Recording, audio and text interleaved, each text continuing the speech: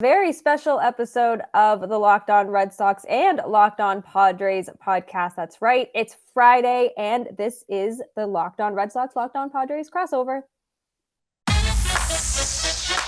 You are Locked On Padres, your daily San Diego Padres podcast. Part of the Locked On Podcast Network, your team every day.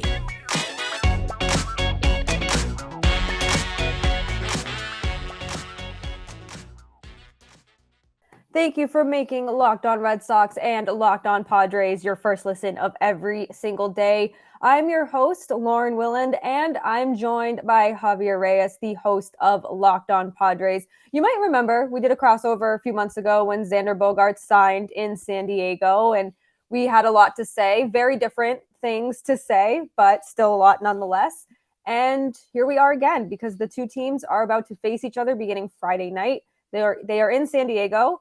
And this is the first time the Red Sox are facing Xander Bogaerts. So that is the big storyline going into the weekend set, is that this is the reunion that Red Sox fans don't really want to see.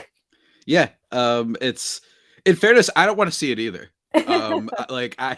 It's because the clown show that has been the San Diego Padres over the past 2.5 weeks or so. One of the other problems has been Xander Bogaerts hasn't been playing as well.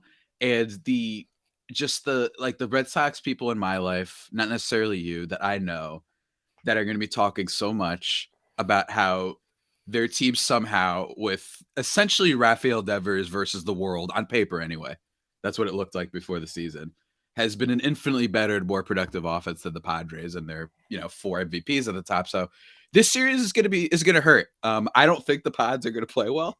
I just don't. But it's amazing how much things can change, because when we talked, which to this point is actually most viewed episode on my YouTube channel, if anyone wants to check that out, Locked On Padres, when Xander Bogaerts came to the Padres, we did a crossover talking about ownership and what it means for the team, what kind of player he was, and all this stuff. And now I'm like, oh, maybe it didn't matter, man. Maybe it's just not going to matter.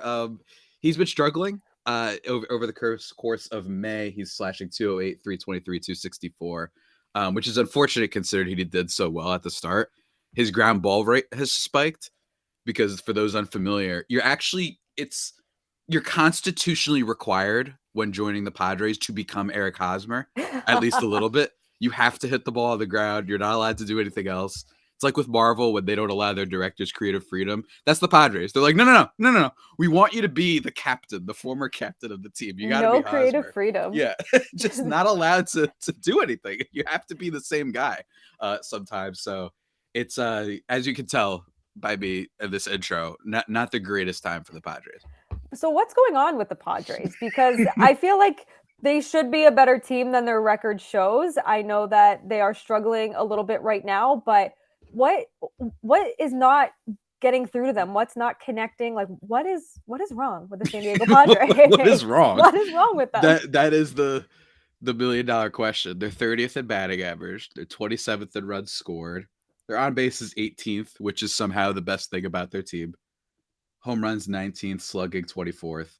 I currently have a pinned tweet on the Padres Twitter account, which is I changed the name. I didn't actually change the name, but I put a little mini edit on it. It says Left on Base Padres Podcast. That's the best way to describe it. Shout out to a listener of the show who tweeted that at me, by the way. Love that. And that really does explain everything. They have the lowest batting average in the league with runners in scoring position, worse than, that's right, teams that you guys have faced in the AL. The Oakland A's, they've been worse than them, man. Don't worry. Don't you worry. They've been worse than them. They've been worse than the Royals, who they just got beat up by.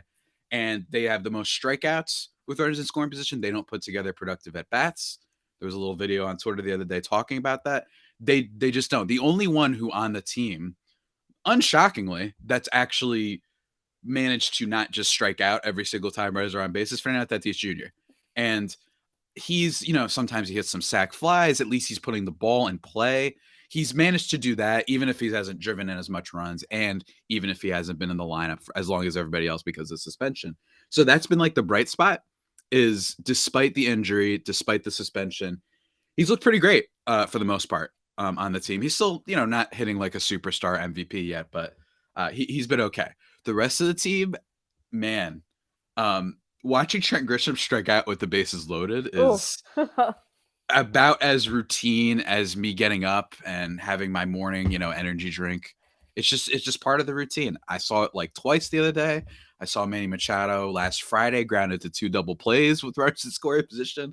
It's been a night, and who's now hurt, of course, Yep, because now why he's not? hurt. Right when he's sort of kind of getting things going. So I'd say overall, fundamentally, the problem with the Padres is just a lack of depth has been showing, especially because of their inability to drive in runs. No matter who the pitcher is, the Royals not a very good team. Weren't able to drive in runs there. And yeah, Lauren, just one of the more underperforming lineups I've ever seen.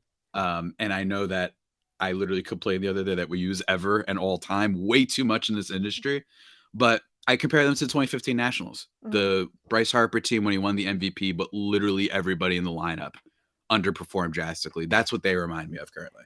And it's weird when you talk about, the runners in scoring position thing, because you have so much power in that Padres lineup. Yeah. And it reminds me of the 2022 Red Sox when they left runners in scoring position on every single game. And sometimes that was the difference in a 2-run game, a 1-run game. I mean, the Red Sox just got beat up by the St. Louis Cardinals, who are not a good team, and they had the bases loaded. And if all they needed was grand slam to tie the game. But Alex Verdugo swings at the first pitch and pops it up. And I'm like, oh my God. Yeah. Like, why? You have, do not swing at the first pitch in that situation. And I'm not a first pitch swinger. I'm very anti-swing at the first pitch. But the lineup that the Padres have, when I look at it, I'm like, this is a World Series potential. They have they have the potential to go to the World Series because they go out. They weren't afraid to spend money. They got Xander Bogaerts. They re-signed Manny Machado. And that's just 2 of a starting 9 star-studded lineup. And I know the pitching, too, has not been the greatest. You have Blake Snell going. You have Musgrove going as well. And Michael Wacha, who's looking really great out there. And he took a no-hitter into the 8th inning last week. And it's like the pitching, he does enough, but then it's the run support that comes in. It's like, oh, you pitched well today? That's sad. We're not going to help you. And that's exactly how the 2022 Red Sox were. You get great pitching in the offense, you'd be like, no. But then you'd get great offense and the pitching would be like, we're going to throw batting practice today. It's very similar. Yeah. And of course, the pop-up on the first pitch is the most aggravating thing in the world. Especially that like weak little that pop-up, first baseman, move over. And that ends the inning. Drives you insane. The Padres are like that, the Red Sox in that respect, except with the added hurt, the added knife in the back that's twisted of how much like hype there was around this team. Even if it was a little bit over the top, admittedly, I think that people forget that oftentimes in baseball, you need to have depth, that just because you sign the best players doesn't mean you're going to be the best. People do this every year. People were down on the Dodgers a lot. People that I talked to, I was not. I am on record. I thought that wasn't smart. Now look at them now, right? They've been not like an invincible team the way they were the past years. That part is true, but they've been excellent. They've still been one of the better teams in the NL, and the Pods are just a nightmare in a lot of ways. And I think that there's going to be a lot of questions following this series, depending on how things shake up, because the Royals couldn't hit in theory as a team. They're not a very good hitting team. They're one of the worst in the league. The Red Sox have been excellent this year, led by Rafael Devers. I know Alex Verdugo has been pretty good, and we're going to talk about that in a little bit, but their pitching, while not necessarily as good, it's just that if the Padres aren't able to keep up with the Royals in scoring, I have a lot of skepticism that they're going to be able to keep up with the Red Sox. Sure, Petco Park, not hitter-friendly ballpark, whatever, I don't care. It just feels like this is a team that is out of it right now. I think a lot of people might be on the hot seat soon. It's not going well, and I'm still wearing this hat because that's the current fan base mindset. We're the court jesters of baseball right now, just looking silly after what was such a magical run last year. That while it didn't end in a World Series appearance, it was still crazy to beat the Dodgers and the Mets in the playoffs. And then you add all these players to your lineup and you're somehow worse than last year's lineup. Make it make sense, Lauren. Why? I can't. Baseball is weird. The Red Sox weren't supposed to be this good. There was always that potential there. And now they're being led by, the kids of this team. I had someone comment on my video saying that's what makes them fun, is that they're being led by the kids of this team. And it's very, very true. And we'll talk about the kids in the lineup, we'll talk about Alex Verdugo and kind of, what to really expect from this series, which I think we already know where you stand on where you think this series is going to go after the weekend. But we'll do that in our second segment of this Locked On crossover episode after I tell you about So Rare, because So Rare, it's our new sponsor. It's a revolutionary fantasy baseball game and marketplace that transforms fans into owners with officially licensed cards featuring players from across all MLB teams. And it's unlike any other fantasy baseball platform. So Rare managers truly own their fantasy experience. You collect, you buy, you sell, and you compete with player cards against global opponents to win epic rewards. Win or lose, you still own your cards, and there's no cost to play. I know some of us are playing in that Locked On MLB group chat.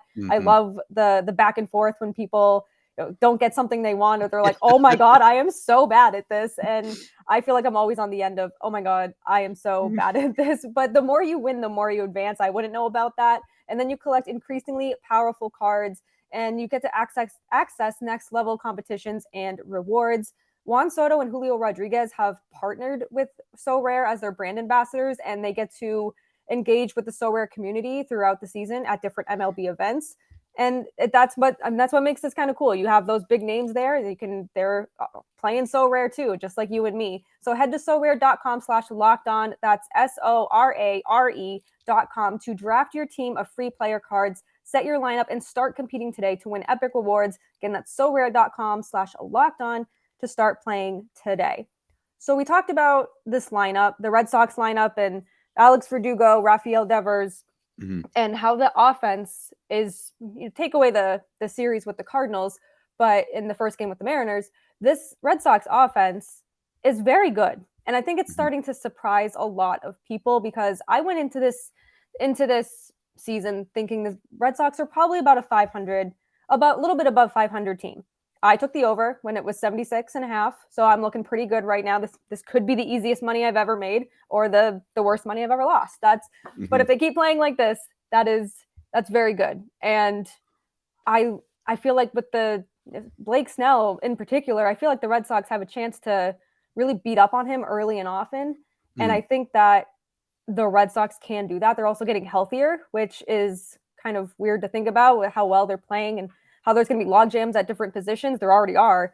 But this lineup all of a sudden is a threat to good teams, to bad teams, to every team, no matter who they play. I really like what I've seen from this offense so far. And I mean, all the power to you. I hope it continues this weekend in San Diego. It's like one of these pods, I'm just going to break down crying. I have a feeling that's going to happen, because against Boston, this is no secret. You know this. Everyone knows this. I am a hater of all things Boston sports, not people. Unfortunately, over the past few years, I've met and become friends with a lot of very kind and cool Boston people. It really drives me nuts. Like that, like for my brand, that unfortunately I have some really good Boston friends, some that you might be friends with as well, and that just drives me insane. But it's very similar to what happened to them, I feel like, a couple years ago, not 2022, but I think 2021, where the expectations are really low. They were bad in 2020, the shortened season, albeit shortened. And they come in and they're like, guess what? We don't care that we don't have starting pitching. Right. I don't know why that's the case. I mean, as evidenced just by the tertiary numbers, they're 26th in ERA, 24th in batting average against, and 23rd in WHIP. But then everything else, second in batting average, second in on base, third in runs, 10th in home runs, third in slugging percentage. They're just like, screw you. We literally do not care who we put on the mound. We're just going to outscore you. Look, a philosophy I wish my team abided by. I really do. And it's funny because the Padres were expected to be a little bit like in that position where the back end of the rotation wasn't going to be up to snuff. And the back end of the rotation has been fine. It's been a quality, okay back of the rotation. Seth Lugo's been hurt now, so you guys won't see him. But and I don't know if Michael Wacha's turn will come in the rotation. I don't think it will, because he just pitched on Tuesday, I believe. So I don't think that's going to happen. You guys won't get to see your old buddy. But yeah, it's just they don't score, and the Red Sox do. And I'm just kind of watching them. And what you mentioned about Blake Snell, I will say he's shown signs of becoming the good Blake Snell. So I'm not saying he's going to shut down the lineup, But it is worth mentioning that over his last few starts, he has looked a little bit better. He's going longer into games. He does this every year. He just decides to stink. Then he's like, all right, I'm going to throw what's actually good now, I think. And he throws his fastball slider combo more. So I don't know how the Red Sox do against sliders or any pitch specific things, but that's worth keeping an eye on. But it's also totally possible that he gets, taken out of the game in the third inning after giving up 3 and a home run to Kike Hernandez, who I know isn't the big home run hitter on the team, but just because, why not? Like, right. Everything that's been not going well for the Pods will usually in effect correlate with something positive for the other team that hasn't been going well, if that makes sense. It does. God, I'm a nightmare right now on this podcast. the Padres are going to be seeing Corey Kluber this weekend, who has not been the best. There's been talk, people want him in the bullpen, and I'm like, I just don't know if he's going to be any good in the bullpen because he's not very good as a starter right now.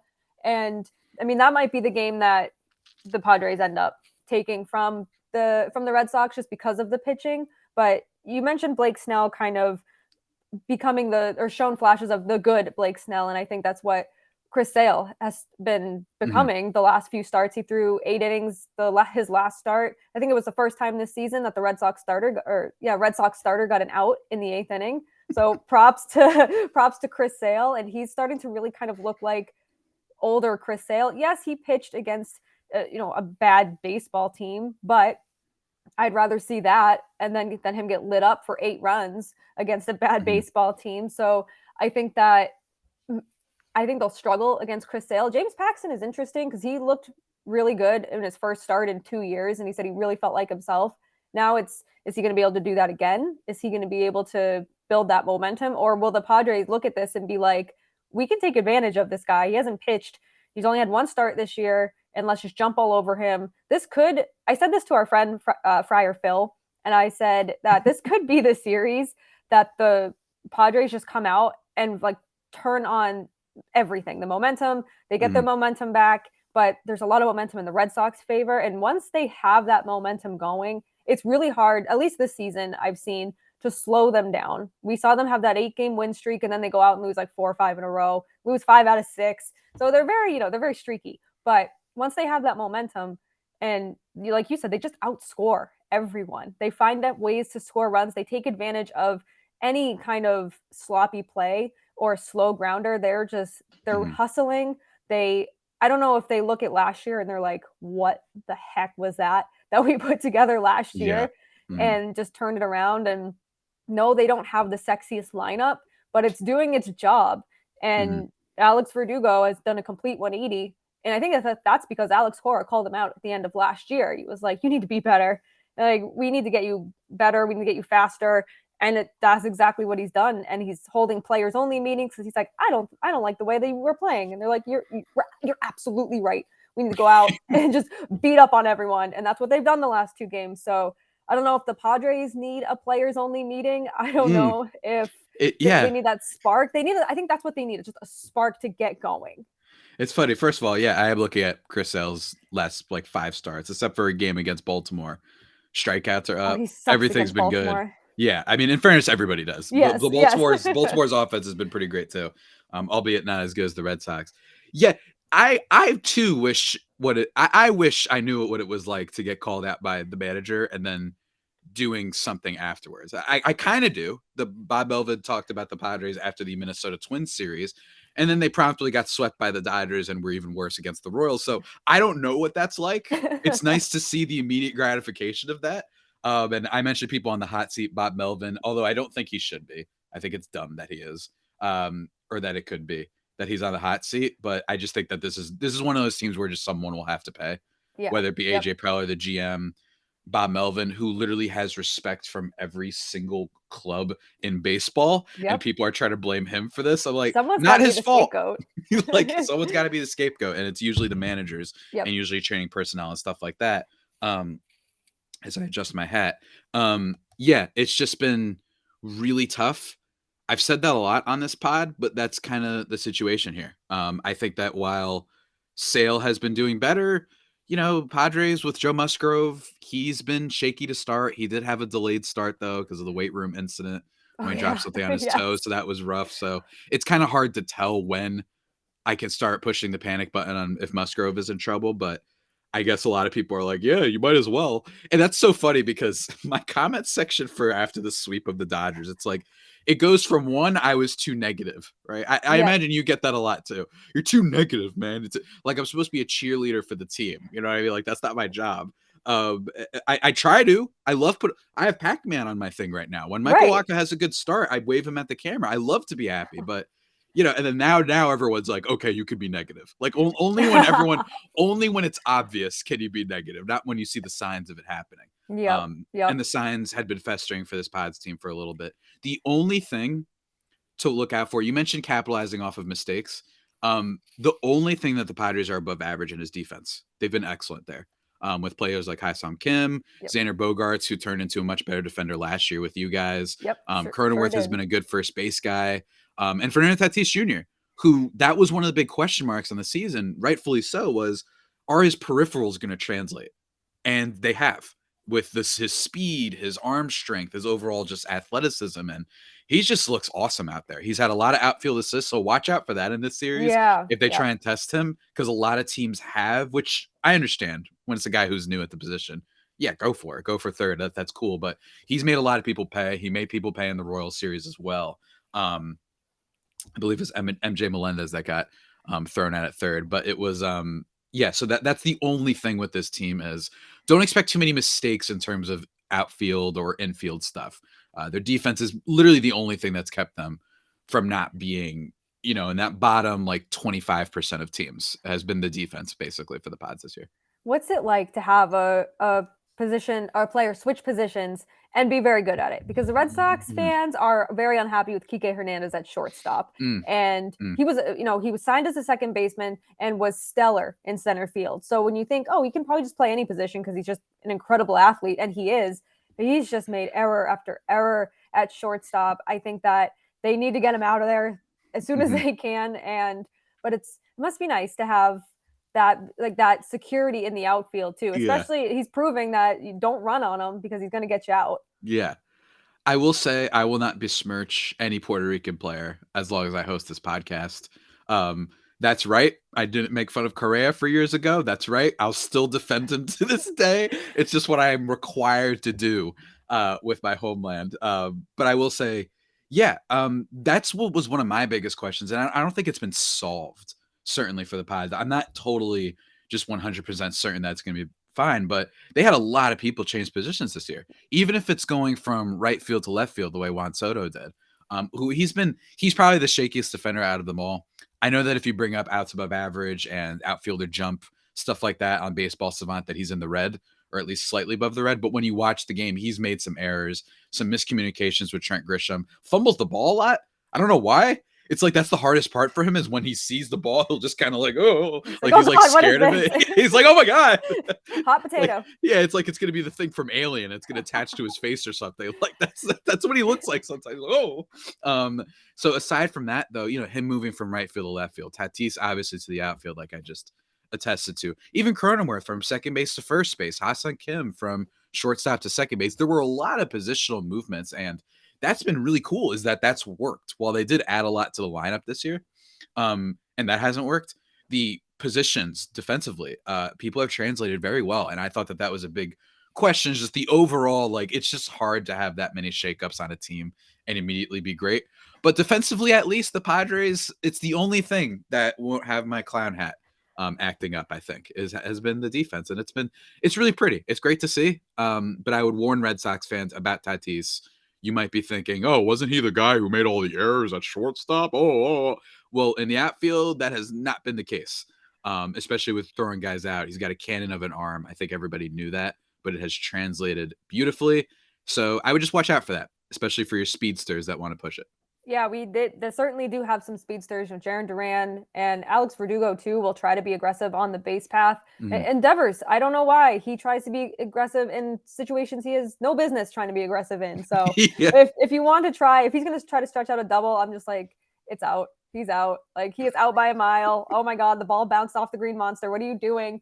But going into our third segment, we're going to kind of give our predictions for the series. Hopefully, we can give you some some positive things to look for, Padres fans. But I mean, you mentioned the defense, so that is a positive, but we're going to predict the series, and hopefully I'm right. I'm terrible with predictions, but maybe this will be the time I'm right. But I want to tell you first about bird dogs. We just got our bird dogs order in the mail. I love mine. They're all about fit, comfort, and versatility. You can wear these to work. You can wear these to the golf course. You can wear these going out with your friends.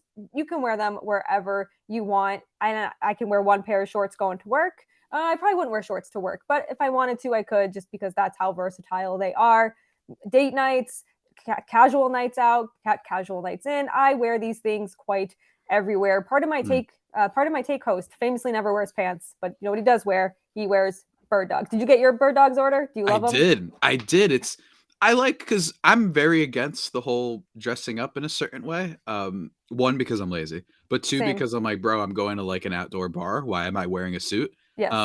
But this is like, it fits everything. I like that it's kind of good for every occasion. You can wear this literally wherever. It's got a beach feel, Yes. but like a classy look. You know what I mean? Like, you just feel free and good. And I think you can genuinely wear these things wherever. So that's the best part. You really can. And you can go to birddogs.com/lockedonmlb to get your order. And when you enter the promo code lockedonmlb, they'll throw in a free custom Bird Dogs Yeti style tumbler with every single order, which mine's become my emotional support cup, because my OG one broke, the straw broke on it. So I was like, oh my God. And this one came at the perfect time. So it is now my emotional support cup. It comes with me everywhere. It's right on my counter. I don't think you can see it, but it's right behind me. It never leaves my side. So birddogs.com/lockedonmlb, promo code lockedonmlb to get your order and that tumbler. So 3-game set. It looks like it's in the Red Sox favor, but baseball is weird. You said earlier, make it make sense. This could be a series. I think it's either going to go one of two ways: Red Sox sweep or the Padres sweep. I don't think there's going to be any in between here. I think that this is going to be either one of those weird series, like when the Cardinals swept the Red Sox. But I mean, best case for the Red Sox is obviously the sweep. I wouldn't be surprised if the Padres can eke out a win over Corey Kluber, but I think at the end of the day, the offense is just going to be too much for the Padres. Yeah, or what will happen is the only one they do win is against the best pitcher on the Red Sox right now. That's also what happens in baseball. Law of averages dictates I'll at least say that they win a game. I think that they are in a slide right now, and I haven't felt any vibes that that's going to change. So I still think that they lose the series probably overall, but I think they'll get one. I think that there's going to be like a random player that hits the home run for the Red Sox. Maybe like my boy, Raimel Tapia. Oh, I love Tapia. I love Tapia. Yes. He's just like the most, that guy was on the Rockies a few years ago, and he was the only one, I don't want to say not trying. These guys are all trying, but he was like it was like NBA Finals, like World Series, like every at bat, just so exciting. Even if he was like kind of a ground ball guy himself, like it was just kind of cool to be like, wow, this guy's like really trying, man. Like he's showing passion. He's upset. He's You know what I mean? Like, and I kind of like that about Tapia. He's going to be like hit a home run to left field somehow, even though that's not really his game for the Red Sox. And, you know, also I wanted to ask you really quick, because I just remembered Masataka Yoshida. Yeah. We've talked a lot about Verdugo and Devers, rightfully so, in the offense in general. But Yoshida has been, I mean, and just in terms of free agent signings that happened from this offseason, so far, maybe the best one, unless there's one that I'm forgetting right now. He's probably been the best one so far. And that's, I don't want to say it's a surprise because he was such a star previously, but for, you know, just getting to MLB, you know, last year, Seiya Suzuki was the big star from Japan, and he was okay last year as a rookie, and he's doing a little bit better this year, but he didn't set the world on fire. Yoshida started with the World Baseball Classic, and now he's been great. So what has that been like? It's been awesome, because I definitely had, I don't want to say doubts, but I was very cautious about him, because I was like, will that power and will all of that talent translate to the MLB level, especially in his first season? So I'm like, I'll give him a season to kind of like get acclimated, have some struggles. And he struggled against some pitches, but he's just looking like an absolute star. And he makes Chaim Bloom look really, really good, which he really needed to do. You talked about people being in the hot seat. I don't know if Chaim Bloom will ever be on the hot seat. It seems like he should be, but after, you know, signing Yoshida, even Adam Duvall, you could even argue Justin Turner, because he's been hot the last 2 games. But Yoshida, I just feel like when he's up at bat, I'm very confident that something Mm-hmm. good is going to happen. This isn't like, oh my God, here's a strikeout. Like, here we go. Why is he in this position? Like, love Bobby Dahlbeck. I want the best for him. But anytime he would come up, like last year, even this year, I'm like, Bob, swing the bat. Why is it on your Not great, shoulder? Bob. Not great, Bob. Exactly. Yeah. And I was like, but Yoshida's just been a ray of sunshine. And he's so fun because he's learning English. So Rob Ruffschneider was mic'd up a few games ago, and he was trying to tell Yoshida that he was running fast. And I couldn't see Yoshida, but I think he was kind of looking at him like, what are you saying to me? And Ruffschneider's just like, you, fast. And like, and I was like, oh man, like he's fast. Fun. They have the dumbbells in the dugout after a home run, and that stems from him and like Macho Man. So he's having fun. And my favorite part is he's just playing baseball. He's playing the game he loves, and he's doing it very well. And it's really good he started that way, because Red Sox fans can be vicious and they can turn on you very fast. They booed Trevor Story last year. Oh yeah, pretends to be shocked when he struck out 4 times in a game. Granted, I think 3 of them came against Ohtani. So I mean, I'm just so glad that he's not going to hear those boos, and he's going to, he hears the Fenway cheers, and he's having fun. His quotes are awesome too. Like he loves playing baseball, and I think he genuinely loves the Red Sox and Boston. So overall, like I think fans just absolutely adore this guy, and I think they want him here beyond 5 years. I mean, that's awesome. It must be fun, right? It is free fun. Agents coming in and being so good. Look, with Yoshida, I will give that. Now, Xander Bogaerts forever the signing. I still like it. I like all the moves that Padres have made in the vacuum, as I've discussed on my show. It's just the quantity of moves is what I think is the problem. No, I don't hate the Soto trade. No, I don't hate the Xander Bogaerts. It's just when you do all of that and your whole roster is the same for a decade, it's a little scary. Yep. But especially currently. But I will say that, first of all, Chaim Bloom, the funniest thing that has happened to me in sports last year is that Boston Globe article after they signed Xander Bogaerts, the Padres, I mean, and him being dumbfounded, apparently, that people wanted him. In an airport. Yeah, in an airport. It is, for that reason alone, it was one of my favorite things to ever happen. It was so funny. Just like, did you not know this?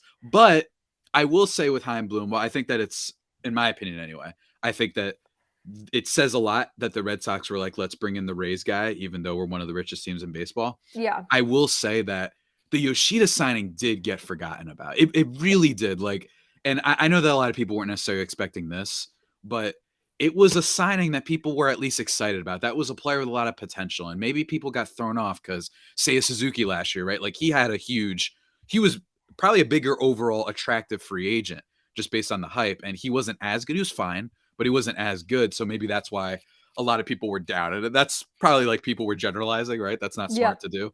But with Yoshida, I do think people forgot because of the Xander thing, because of the stuff like the Globe article. I think people forgot, myself included. I honestly genuinely kind of forgot. I remember Kodai Senga going to the Mets. Yep. Because that was a big signing and he's been very good for them. But I kind of forgot. And it just shows you that sometimes you do have to wait every now and then before rendering a verdict on a team, especially in baseball where we see that random stuff happens all the time. I mean, Trevor Story isn't even playing for the team right now, and they've been infinitely better on offense. So it's just, that's how the cookie crumbles sometimes. It is. And it's funny with the Yoshida thing, because you had Yoshida, they signed Jansen, and you're like, yeah, like Red Sox, let's go. Like, this is great. And then Bogaerts leaves, and they're like, wait a second. What? Like, we were just told hours ago that things were progressing in a great direction for the Red Sox, or a positive direction. And then I was like, I'll go to bed and whatever. And my husband comes barging. He's like, Xander Bogaerts signed. I'm like, great. And he's like, with the Padres. I'm like, excuse me? With that, sir? Like, now I'm not gonna be able to sleep because we scroll on Twitter for the next 3 hours. But that's the life of baseball. It's the life of podcasters. Baseball is a very weird sport, as you've seen with your Padres this year. But series kicks off Friday. It's a 9:40 first pitch here on the East Coast, way past my bedtime. But things we do to watch our teams, and then they have Saturday at 10:10, and then Sunday things we do for love. The things we do for love and toxic relationships with our baseball teams. So please tell our lovely crossover listeners and our everydayers where they can find you, your podcast, and all that good stuff.